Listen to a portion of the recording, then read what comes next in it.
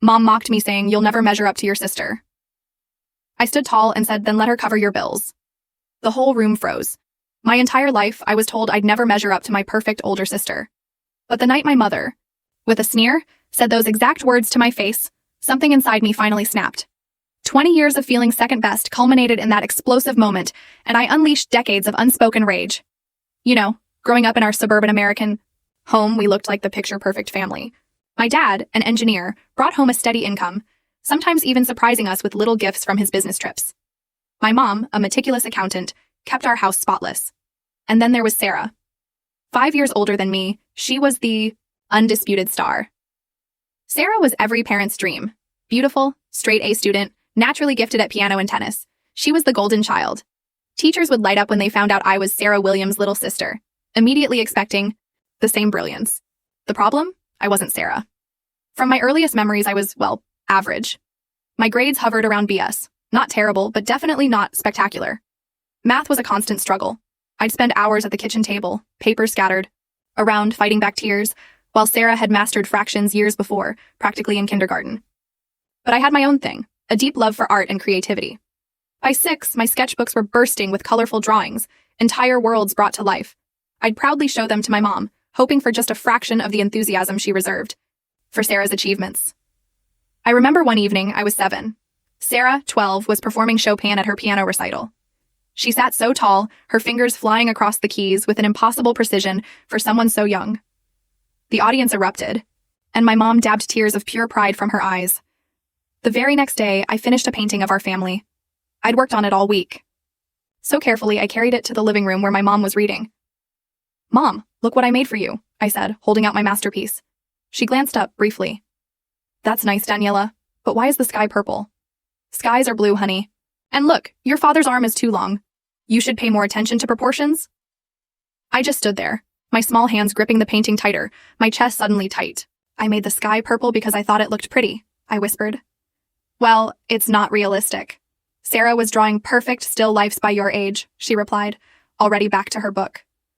I quietly took my painting back to my room and slid it under my bed, where so many of my not good enough creations would eventually gather dust. My elementary school graduation was another gut punch. I'd worked so hard, gotten mostly B's, a few A's. Walking to the car, report card in hand, my mom scanned the grades. "Sarah was getting straight A+ by your age, Daniela. If you just applied yourself a little more, you could do better."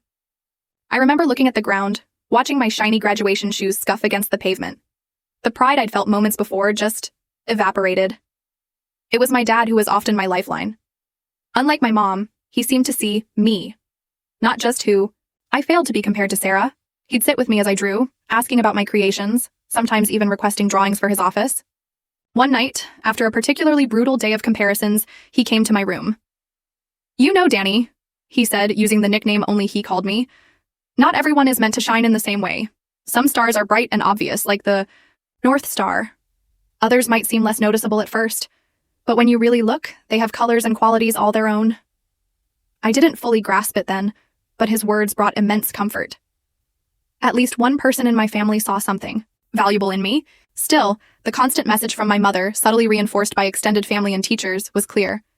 I was living in Sarah's shadow, and my own light was dim by comparison. I developed coping mechanisms early.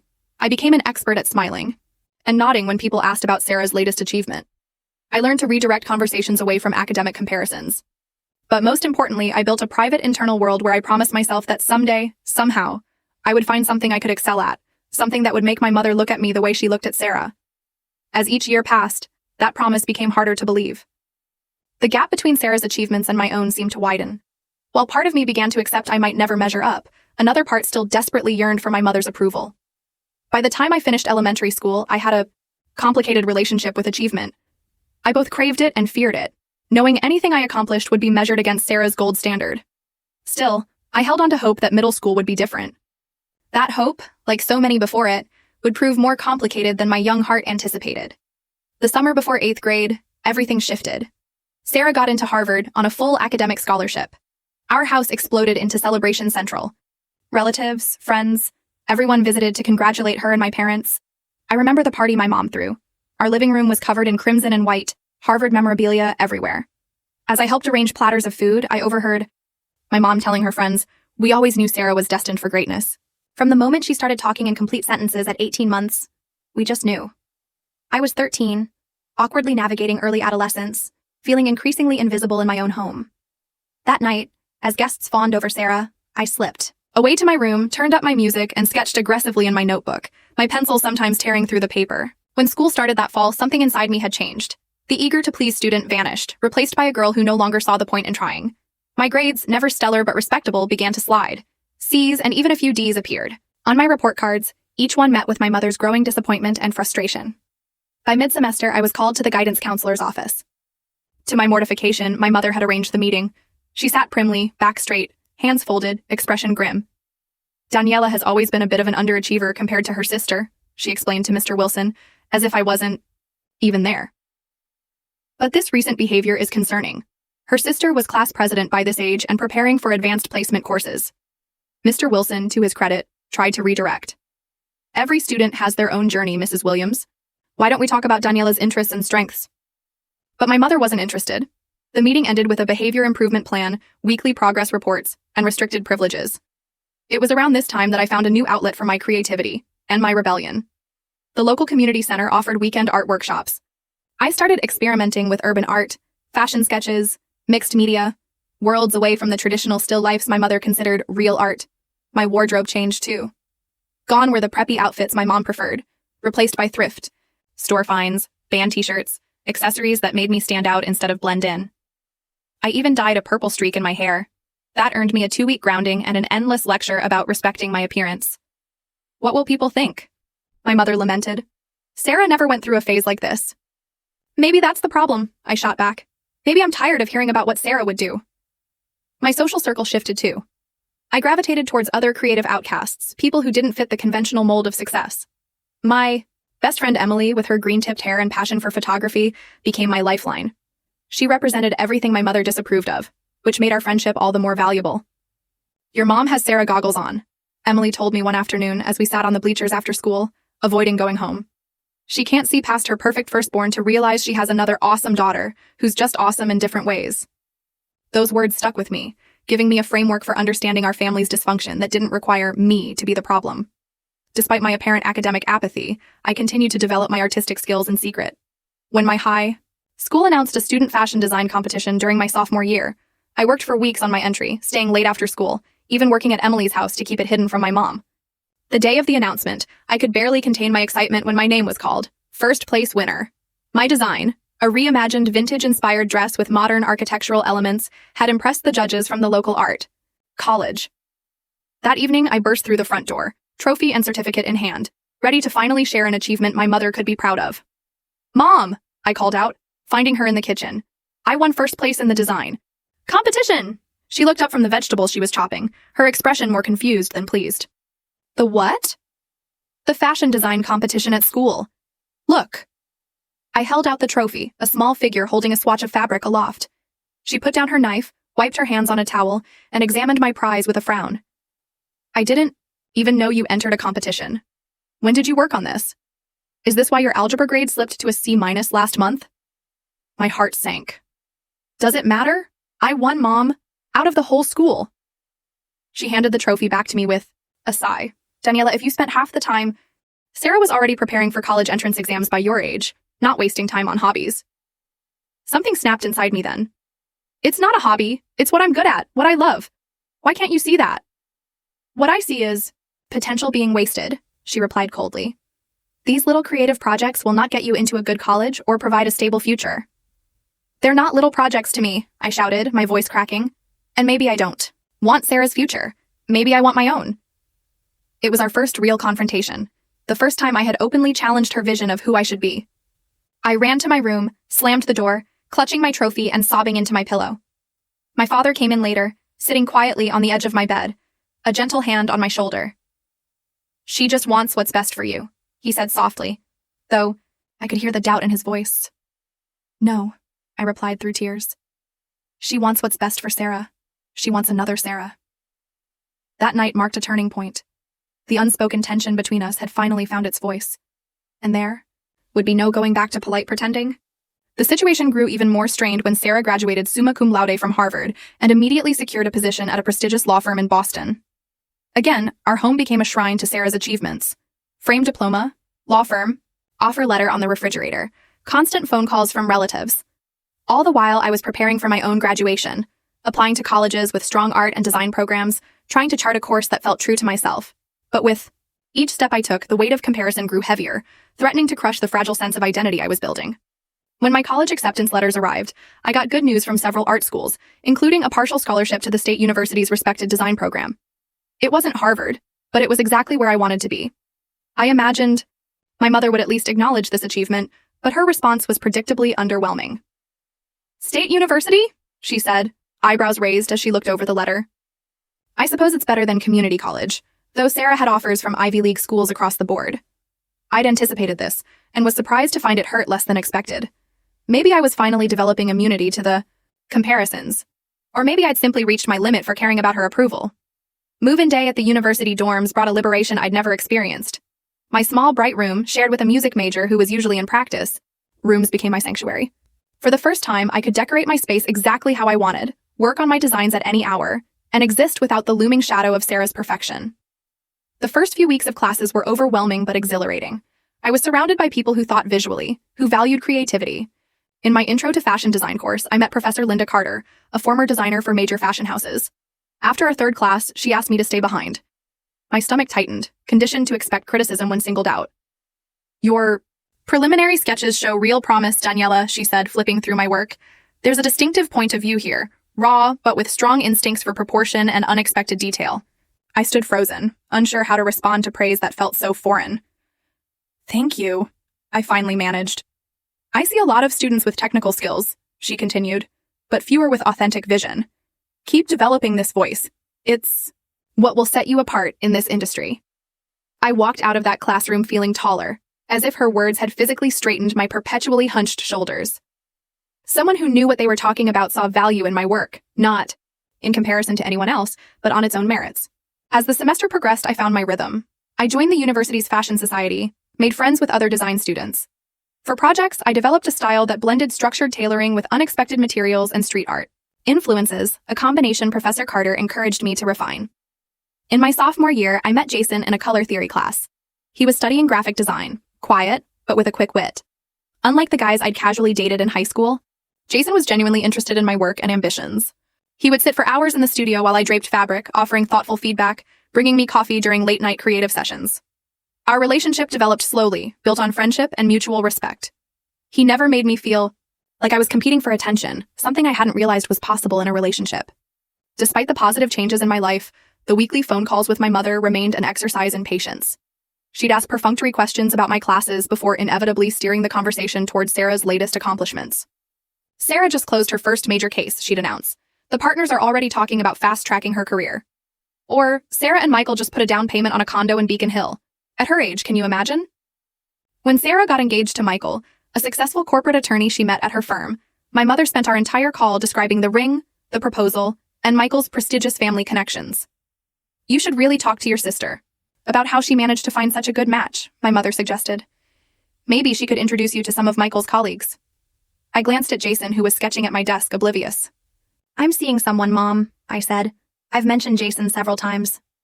"Oh, the art student," she replied, her tone making it clear what she thought of that. "Well, that's nice for now, dear." The implied temporariness of my relationship was typical of how she viewed my life choices. Transitional, experimental, eventually to be replaced by more sensible decisions that aligned with the Sarah template of success. By my junior year, I had established myself as one of the standout students in the design program. My work had been featured in the department's showcase exhibition, and Professor Carter had selected me for a competitive teaching assistant position.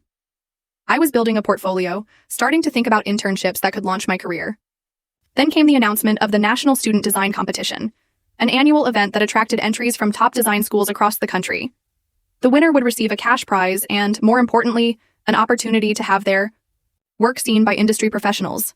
I spent months developing my collection, pushing myself to create pieces that were both innovative and wearable. Jason and my friends witnessed the evolution of my designs, offering encouragement, celebrating small victories.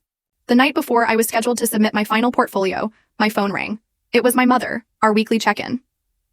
"Hi, Mom," I answered, pinning a final piece to my presentation board. "Daniela, did you hear about Sarah's promotion? She'll be the youngest senior associate in her firm's history. That's great, I said automatically, the response ingrained after years of practice. We're just so proud. Your father and I were saying how all those late nights studying have really paid off for her. There was a pause. I knew what was coming next. How are your classes going? Still doing those fashion projects? I took a deep breath. Actually, I'm just finishing my entry for the National Student Design Competition. It's a really big deal in the industry. Oh, she said, her voice flat. Well, don't get your hopes up too high, honey. These creative fields are so competitive, and not everyone has natural talent like your sister has for law. There's no shame in being realistic about your prospects. I closed my eyes, phone pressed to my ear, surrounded by the evidence of months of hard work and growth. Thanks for the encouragement, Mom, I said, not bothering to hide the sarcasm. I'm just being honest, Daniela. Not everyone can be exceptional like Sarah. Sometimes being average is perfectly fine. After we hung up, I sat motionless for several minutes, her words echoing in my head. Then, with deliberate movements, I returned to my work, channeling the hurt into a final push to perfect my submission. As I completed the last details, I made a promise to myself. Whether I won or lost this competition, I would no longer measure my worth through my mother's eyes. It was time to be the authority on my own value. I graduated from State University with honors in design, an achievement that felt monumental to me, but was acknowledged by my mother with only a brief, "That's nice, dear," before she returned to discussing Sarah's latest courtroom victory. The graduation ceremony itself was pleasant enough, with my father beaming proudly and even Sarah making the trip to attend. Though my mother managed to mention at least 3 times how Sarah had graduated summa cum laude from Harvard. Armed. With my degree and portfolio, I secured an entry-level position at Meridian Designs, a small but respected studio that created costumes for independent films and smaller theater productions. The pay was minimal, barely enough to cover my share of rent in the 2-bedroom apartment I found with a fellow graduate, but it was a foot in the door of an industry notoriously difficult to break into. My first months in the professional world were a harsh adjustment. The glamour I had associated with fashion design was quickly dispelled by the reality of tedious tasks, tight deadlines, and demanding clients. Most days were spent making minor alterations or sourcing materials within impossible budgets. Meanwhile, Sarah had been promoted again, becoming the youngest partner in her firm's history. My parents threw another celebration, which I attended with a fixed smile and a growing knot in my stomach. The contrast between her corner office with a view of the Boston skyline and my crowded workroom in a converted warehouse couldn't have been more stark. "How's the costume job?" Sarah asked me at that party, trying to show interest. "It's design, not just costumes," I corrected automatically. "And it's challenging, but I'm learning a lot." She nodded sympathetically. "Well, everyone has to start somewhere. I'm sure you'll move up eventually." Even from Sarah, who I believed meant well, the comment stung. There was always the implication that my path was somehow less valid, less impressive, a stepping stone to something that more closely resembled her version of success. The financial reality of my chosen career became increasingly apparent. While Sarah was purchasing her first home, I was counting pennies to make rent and juggling credit card payments. Jason and I had been dating steadily, his career in graphic design progressing more lucratively than mine. But the stress of financial insecurity began to strain our relationship. "Maybe you should consider a more commercial direction," he suggested one evening after I vented about a particularly difficult day. "There's nothing wrong with designing for retail, at least it pays better." "That's not why I got into this," I replied, frustrated that even he didn't seem to understand. "I don't want to create disposable fashion that ends up in landfills after one season." "I know, but you also need to live," he said gently. "You can barely afford groceries right now." The argument escalated, touching on deeper issues of ambition, practicality, and our different perspectives on career success. It was our first serious fight, and though we reconciled, something had shifted. 2 months later, after more tension and increasingly frequent disagreements, we decided to take a break that eventually became a permanent separation. Heartbroken and questioning my choices, I threw myself even more intensely into my work. I stayed late at the studio, volunteered for the most challenging projects, and spent weekends developing my own designs, refusing to give up on the vision that had sustained me through years of doubt. The turning point came unexpectedly. Meridian was contracted to create costumes for an experimental theater production. Due to budget constraints and a tight timeline, I was given more responsibility than usual. I designed a series of transformative garments that could be modified on stage to represent character evolution, using techniques I had developed in my personal work. Opening night arrived, and I stood nervously in the back of the theater, watching as the actors brought my designs to life. The audience gasped audibly during a particularly dramatic transformation scene. At the after-party, the director made a point of publicly acknowledging my contribution. "The costumes were characters themselves tonight," he said, raising a glass in my direction. "Daniela Williams has created something truly special here." Among the attendees was a local fashion blogger who approached me for an interview. The article she published the following week caught the attention of Emma Wilson, a well-established designer known for her avant-garde creations and commitment to sustainable practices. To my shock, Emma emailed me directly, expressing interest in my work and inviting me to show her my portfolio. Our coffee meeting turned into a 3-hour conversation about design philosophy, innovation, and the future of fashion. By the end, she had offered me a position on her small but influential design team. The salary was still modest by most standards, but it represented a significant improvement in both my financial situation and professional standing. More importantly, it was validation from someone whose opinion I deeply respected. I called my parents that evening, eager to share what felt like my first significant professional breakthrough. Emma Wilson? My mother repeated after I excitedly explained who she was and the opportunity. I've never heard of her. Is this still costume work? No, Mom. This is high-end fashion design. Emma's work has been featured in Vogue and worn on red carpets. This is a really big deal. Well, that sounds nice, she said, her tone suggesting the opposite. I suppose you were lucky to meet her at that theater thing. It wasn't luck, I said, my excitement curdling into familiar disappointment. She sought me out because she was impressed by my work. My mother hummed non-committally. Speaking of impressive work, did Sarah tell you about her latest case? She's representing that technology company in the big antitrust suit. It's been in all the papers.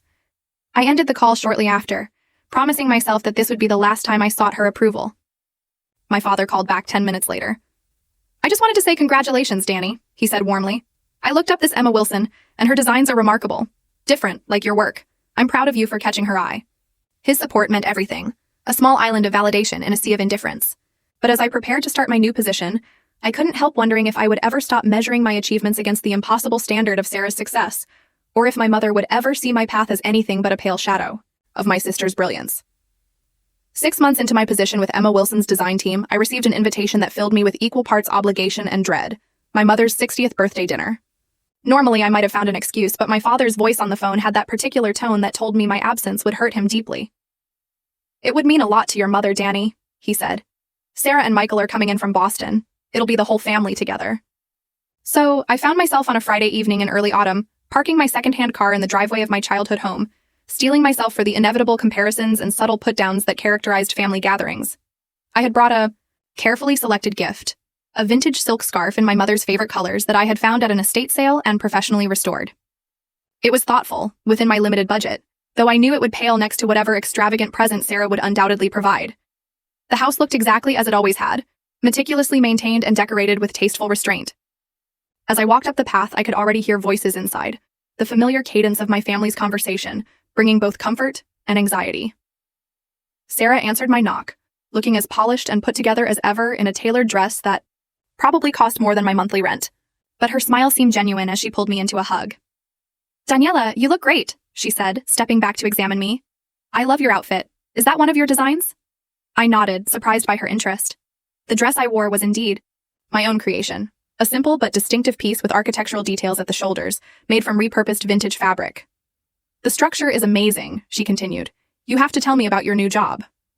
Before I could respond, our mother appeared in the hallway behind Sarah. Daniela, you're finally here, she said, moving forward to offer her cheek for the obligatory kiss. We were about to start the appetizers without you. Sorry, traffic was heavy coming out of the city, I explained, though I had actually been precisely on time. Happy birthday, Mom. Dinner proceeded as expected at first. My father had prepared my mother's favorite meal, and the conversation revolved primarily around Sarah's work and her life with Michael in Boston. I picked at my food, offering appropriate responses when directly addressed, but otherwise fading into the background as I had learned to do years ago. Then, over the main course, Sarah cleared her throat and exchanged a meaningful glance with Michael. Actually, we have some news, she announced, her face glowing. I've been promoted to lead counsel for the firm's international division. My parents erupted in congratulations, my mother actually clapping her hands in delight. And Sarah continued, her smile widening. We're expecting. I'm 3 months pregnant. The news of my impending niece or nephew momentarily overshadowed even the impressive career announcement. My mother's eyes filled with tears as she rushed around the table to embrace Sarah, while my father beamed with grandfatherly pride. I offered my own sincere congratulations, genuinely happy for my sister, despite the familiar twinge of inadequacy her achievements always inspired. A toast, my father declared, raising his glass to Sarah and Michael. And to the newest member of our family. We all raised our glasses, my mother dabbing at her eyes with her napkin. My first grandchild, she said, her voice thick with emotion. Sarah, you have always made us so proud. And now this. It's perfect. As the excitement settled and conversation returned to details of Sarah's pregnancy and plans for the baby's room, I found myself wanting to contribute something positive to the evening. Despite years of disappointment, some childish part of me still craved my mother's approval. "I actually have some news too," I said during a lull in the conversation. All eyes turned to me, and I felt a nervous flutter in my stomach. One of my designs has been selected for inclusion in the New York Fashion Week showcase for emerging designers. There was a moment of silence before Sarah spoke. "Daniela, that is incredible. New York Fashion Week is huge." My father reached over to squeeze my hand. "Congratulations, Danny. When is it? We should all try to be there." "It's next month," I replied, warmed by their reactions. "It's just one piece in a group showcase, but it's a big opportunity for exposure." I looked toward my mother, hoping for some sign of enthusiasm. Her expression was polite, but noticeably less animated than it had been moments before. "Is that so?" she asked. "Well, that sounds nice. Is it the main event or some sort of sideshow?" The dismissiveness in her tone was so familiar, it almost didn't hurt anymore. "Almost. It's part of the Emerging Designers platform," I explained, keeping my voice even. "Many successful designers got their start there." She nodded, her interest clearly waning. "I suppose any exposure is good in your field." She turned back to Sarah. "Now, about the baby shower. I was thinking we could host it here, maybe with a garden theme since the due date is in spring." The conversation moved on as if my news had been nothing more than a minor interruption. I fell silent again, pushing food around my plate, wondering why I had bothered to share my achievement at all. Later, as we moved to the living room for coffee and birthday cake, my parents began discussing plans for their upcoming 40th wedding anniversary. "We were thinking of renting a venue," my father explained. "Nothing too elaborate, but something nice to mark the occasion." "Those places charge a fortune these days," my mother said, frowning. "I was looking at the Gardenia room, but their minimum is $3,000, not including food or drinks." "I could contribute," Sarah offered immediately. "Consider it part of your anniversary gift." "That's very generous, sweetie," my mother beamed. "Michael's firm must be treating you well." "We're comfortable," Sarah acknowledged modestly. "And we want to help make it special for you both." My mother turned to me, eyebrows raised expectantly. "And what about you, Daniela? Will you be contributing as well?" The question was loaded with awareness of my financial limitations, which she had never bothered to understand were a normal part of establishing oneself in a creative industry. "I can help with the planning and design elements," I offered. "I could create custom invitations and decorations that would cost a fortune if you hired someone." My mother's expression tightened. "I was thinking more of financial assistance, Daniela. Your sister is offering to help with the actual expenses." "I know what Sarah is offering," I replied, an edge creeping into my voice. "I'm offering what I can." "Which isn't much," my mother said with a dismissive wave of her hand. As usual, the room grew uncomfortably quiet. Michael suddenly became very interested in his coffee, while my father shot my mother a warning look that she ignored. "I don't understand why you insist on struggling in this fashion hobby when you could have pursued something practical," she continued. "Your sister was practical, and look at her now. Senior position, beautiful home, baby on the way. You could have had all that too if you had applied yourself properly." I felt heat rising in my face. "Fashion design is not a hobby, Mom. It's my career. A career I have worked incredibly hard for." "Working hard at the wrong thing is still wasted effort," she replied. "Let's be honest, Daniela. You will never be as good as your sister. I think I've finally accepted that fact. Perhaps you should too." The words hung in the air like a slap. 20 years of comparisons, disappointments, and diminished achievements crystallized in that single brutal statement. I looked around the room. Sarah appeared mortified. My father stunned into silence.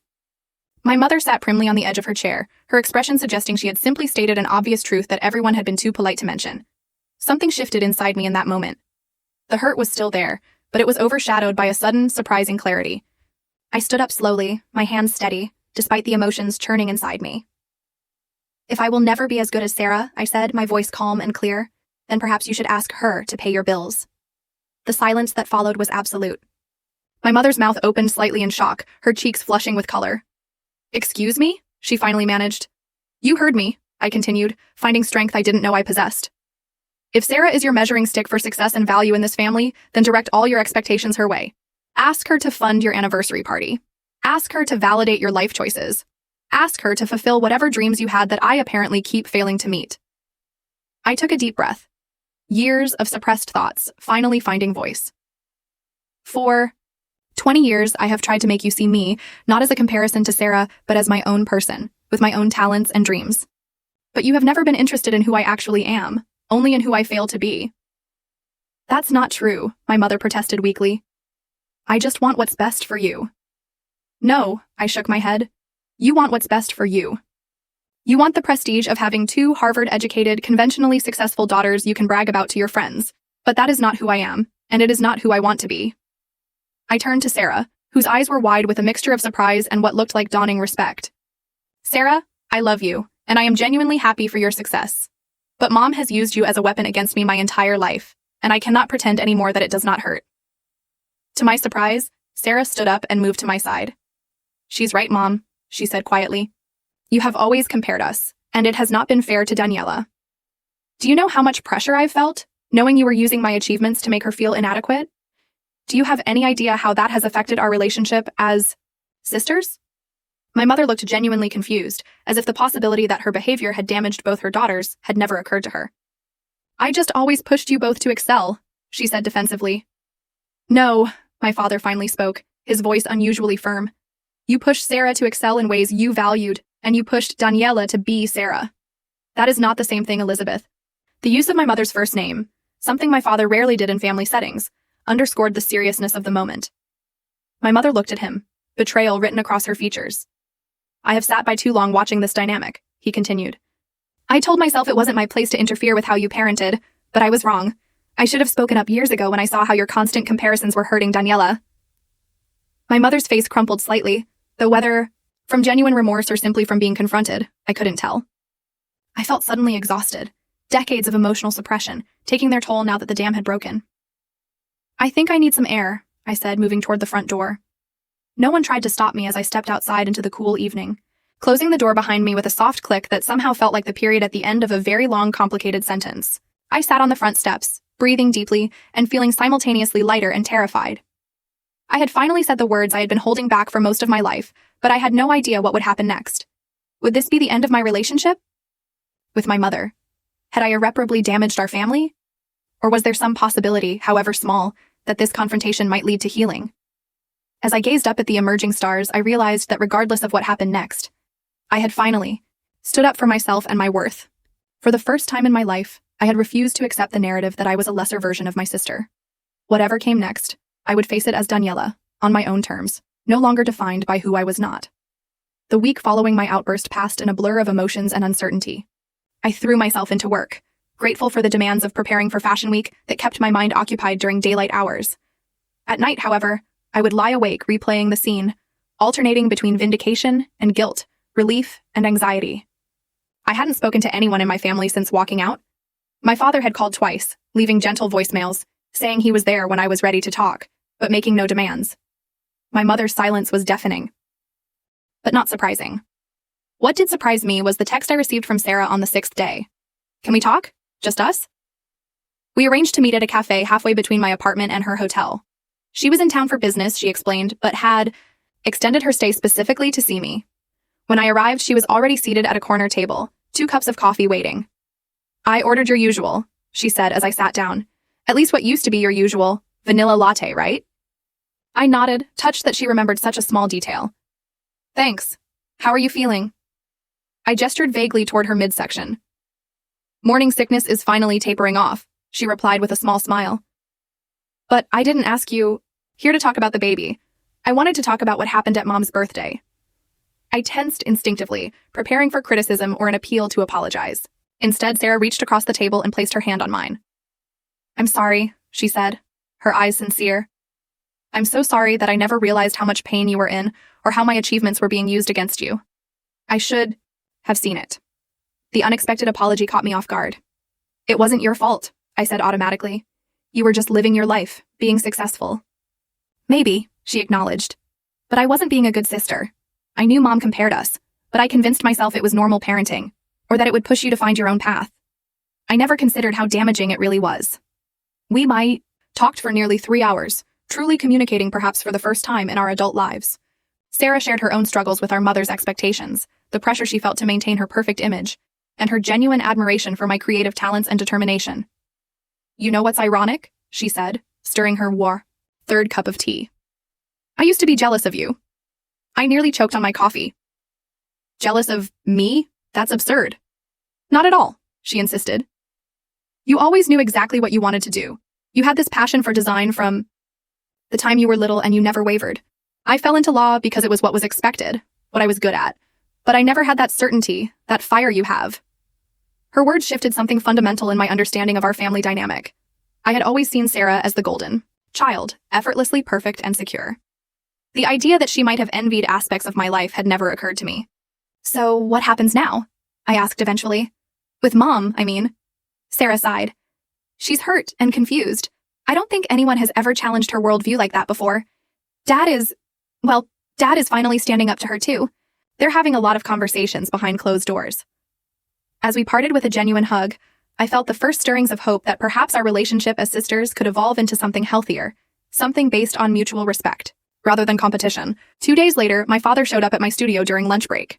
I had texted him the address, but was still surprised to see him navigating the creative chaos, looking simultaneously out of place in his button-down shirt and immensely proud, as he examined the sketches and fabric samples strewn across my desk. "This is where the magic happens, huh?" he said carefully, picking up a design board for my Fashion Week piece. "Something like that," I replied, self-conscious but pleased by his interest. "It's usually not quite this messy." We went to a nearby sandwich shop where he asked thoughtful questions about my work, before eventually steering the conversation to what we both knew was the real reason for his visit. "I owe you an apology, Danny," he said solemnly. "I should have protected you more. I knew what was happening, how your mother's comparisons were affecting you, but I took the path of least resistance. I would comfort you privately instead of challenging her publicly." "You were always my supporter, Dad," I said, meaning it. "I don't know if I would have survived that house without you." "Support is not enough when injustice is happening," he replied, his eyes saying, "I failed you by not being your advocate when you needed one. I'm trying to make up for that now with your mother." He explained that my confrontation had forced both of them to examine painful truths about their parenting and their marriage. My mother was not having an easy time accepting her role in damaging our relationship, but she was at least beginning to question her behavior. "She may never fully understand," he warned. "She comes from a family where achievement was the only measure of worth, but she does love you, Daniela, even if she has a terrible way of showing it." The night before my Fashion Week debut, as I was making final adjustments to my piece, my phone buzzed with a text message. It was from my mother, the first direct communication since the birthday dinner. "Good luck tomorrow. I know this is important to you." No effusive praise, no declaration of having seen the error of her ways, but it was something. A small acknowledgement of my world on my terms. I replied with a simple, "Thank you," uncertain whether to add more, ultimately deciding that small steps were still progress. The morning of the showcase, I was a bundle of nerves and excitement. Emma had given me the day off to prepare, and the emerging designers had been allocated time for final fittings. My piece, a deconstructed evening gown that transformed through a series of strategic elements to reveal different aspects of its structure, represented everything I had been working toward. As I helped my model into the complex garment, checking each detail obsessively, I tried not to think about who might or might not be in the audience. This moment was about my work, my vision, not about family approval or validation. The showcase itself passed in a blur of lights, music, and adrenaline. Standing backstage, I watched as my creation moved down the runway, the audience reacting with appreciative murmurs as the model demonstrated the transformative elements of the design. Emma squeezed my shoulder in silent approval, and I felt a surge of professional pride untainted by old insecurities. It was only after the showcase, during the reception that followed, that I saw them. My father was easy to spot, his height, making him visible above the crowd. But it was the sight of my mother beside him that stopped me mid-conversation. And next to her, Sarah and Michael, all of them scanning the room, clearly looking for me. Emma noticed my distraction. "Family?" she asked perceptively. I nodded, suddenly nervous in a way the industry professionals hadn't made me. "Go," she encouraged. "I'll cover for you with the buyers for a few minutes." I made my way through the crowd, my father spotting me first and waving.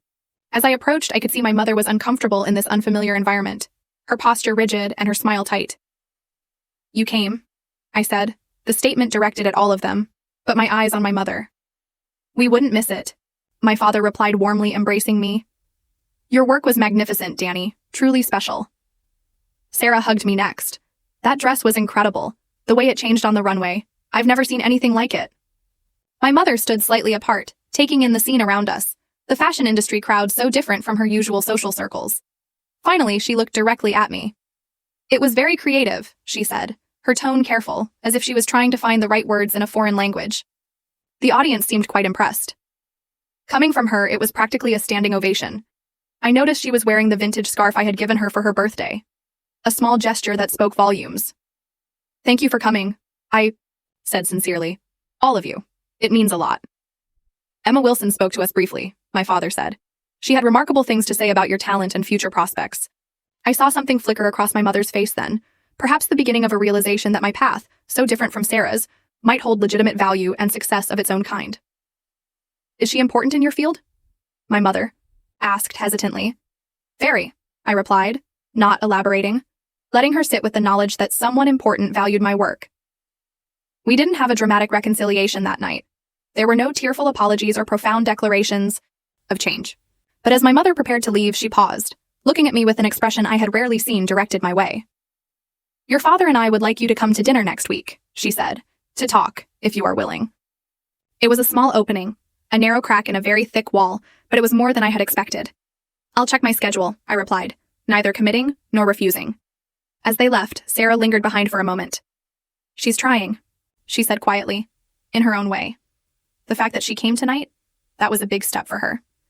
I nodded, understanding that decades of entrenched behavior would not change overnight, if they changed at all. One step at a time, I agreed. Returning to the industry reception, I was surprised to find that the anxiety that had always accompanied thoughts of my family had diminished somewhat. Whether or not my mother ever fully accepted my choices or valued my achievements on their own terms, I had begun the process of truly valuing them myself. And perhaps that had been the most important piece all along.